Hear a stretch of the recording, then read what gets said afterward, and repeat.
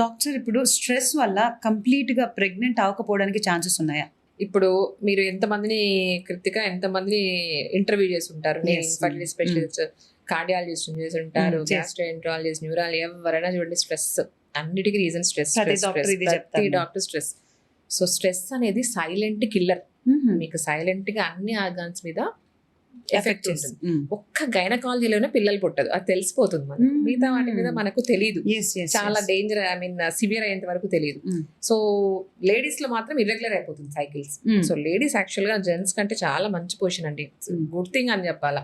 So periods వస్తాయి, stress లో periods abnormal అయిపోతాయి, ఓవులేషన్ జరగదు, ఓవులేషన్ జరిగిన ఎగ్ క్వాలిటీ ఉండదు, మెన్స్ట్రువల్ సైకిల్స్ డిస్టర్బ్ అయిపోతాయి, ప్రెగ్నెన్సీ రాదు, నిలిచినా పోతాయి. స్ట్రెస్ వల్ల కార్టిజోల్స్ ఎక్కువ ఉంటాయి, పీసీఓడి రావడం, థైరాయిడ్ రావడం, ఇలా మల్టిపుల్ ప్రాబ్లమ్స్ ఇంటర్లింక్డ్.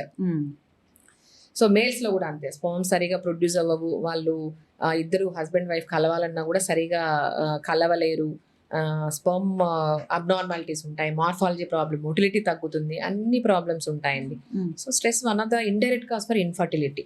డాక్టర్ ఇప్పుడు మహిళల బాడీయే చాలా ప్రాబ్లమ్స్ తో కూడుకున్నది, చాలా డిఫికల్టీస్ తో కూడుకున్నది అని చెప్తారా?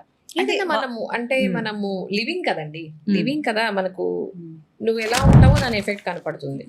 నువ్వు హెల్దీగా ఉంటే హెల్దీగా. ఫిజికల్ గా జరిగే చేంజెస్ గురించి మాట్లాడితే ఒక విమెన్ లైఫ్